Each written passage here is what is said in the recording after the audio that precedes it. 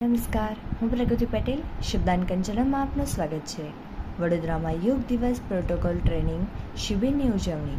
ગુજરાત રાજ્ય યોગ બોર્ડ દ્વારા આંતરરાષ્ટ્રીય યોગ દિવસ 2026ની તૈયારીના ભાગરૂપે વડોદરાના માંજલપુર સ્પોર્ટ્સ કોમ્પ્લેક્સમાં યોગ શિબિર અને કોમન યોગ પ્રોટોકોલ તાલીમનું આયોજન કરવામાં આવ્યું હતું, જેમાં 5000થી વધુ કોચ, ટ્રેનર, સાધકો અને પ્રજાજનોએ ભાગ લીધો હતો. શિબિરમાં વ્યસન મુક્તિ, પર્યાવરણ સંરક્ષણ, પાણી બચાવો, સ્વદેશી અપનાવો અને કુદરતી જીવનશૈલી અપનાવો સહિતના વિષયો પર જનજાગૃતિ લાવવામાં આવી હતી. કાર્યક્રમમાં સાંસદ ડૉક્ટર હેમાંગ જોશી, મેયર શ્રીમતી ગીતાબેન મકવાણા, ધારાસભ્ય Chaitanya Desai, deputy mayor Aditya Patel, standing committee chairman Shrimati Varshaben Vyas, Bhajap શહેર મંત્રી રમેશ પટેલ, નિવૃત્ત ISI અધિકારી CS ચૌધરી ઉપસ્થિત રહ્યા હતા.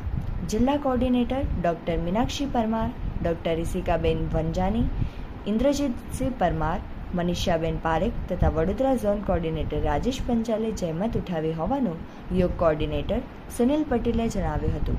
મનીષ જોશી, મૌનનો અહેવાલ.